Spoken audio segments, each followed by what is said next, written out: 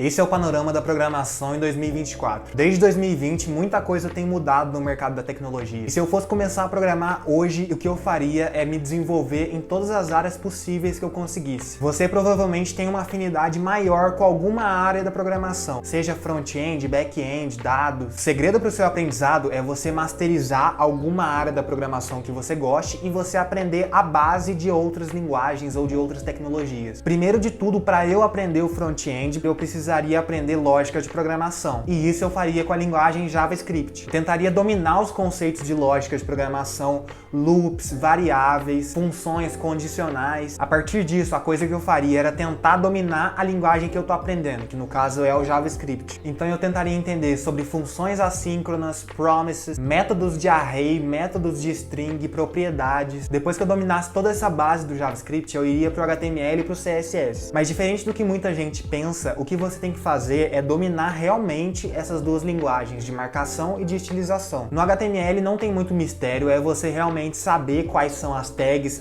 como é que você utiliza elas. Imagem, lista ordenada, lista não ordenada, parágrafo. O que mais pode complicar nesse momento é a hora do CSS. Tem uma coisa que muitas pessoas pulam na hora de estudar o CSS, que é a parte do Flexbox. Sendo sincero, você sabendo HTML e Flexbox, dá pra você fazer muita coisa. Fazer um site utilizando HTML e CSS é nada mais do que você posicionar caixas ali no seu site. E a Flexbox é muito útil para você posicionar essas caixas. Então domina realmente esse assunto. Beleza, já foram três coisas, que é a linguagem de programação, o HTML e o CSS. Se você tá curtindo o conteúdo, já se inscreve no canal e curte esse vídeo. Agora que você tem essas três tecnologias, é hora de você começar a manipular o seu dom com o JavaScript. Por enquanto a gente estava só aprendendo como é que funcionava a linguagem de programação em si. Agora é o momento de você aprender como é que você interage com o dom com o JavaScript. Nisso aí entra eventos, o documento, listeners. Finalizadas essas tecnologias, o que eu iria fazer é parar um pouco com o front-end e tentar passar um pouco para o back-end. Com o JavaScript dá para você construir algum back-end. No caso, você vai utilizar o Node.js e aí eu tentaria aprender como é que se constrói uma API, como funciona o MVC, como é que eu faço para interagir com um banco de dados, nem que seja um banco de dados mais simples por enquanto. Por enquanto, para você mexer com o Node, você pode utilizar o Firebase como banco de dados. Ou também você pode aprender um pouco de MongoDB, que é um banco mais simples de você aprender como é que interage. Nesse momento, o objetivo não é você aprender como é que funciona um banco de dados, é você realmente ver como é que funciona uma API. E agora é o momento que eu iria construir um projeto com todas essas tecnologias, com um fluxo de desenvolvimento completo, com o front-end e o back-end. Então é isso que eu faria se eu estivesse começando na programação hoje em dia e quisesse conseguir uma vaga, por exemplo. Como extra, o que você poderia fazer depois de tudo isso é aprender alguma outra linguagem de programação. Isso para você diversificar um pouco o seu conhecimento. Pega para estudar, por exemplo, um pouco sobre C ou C++,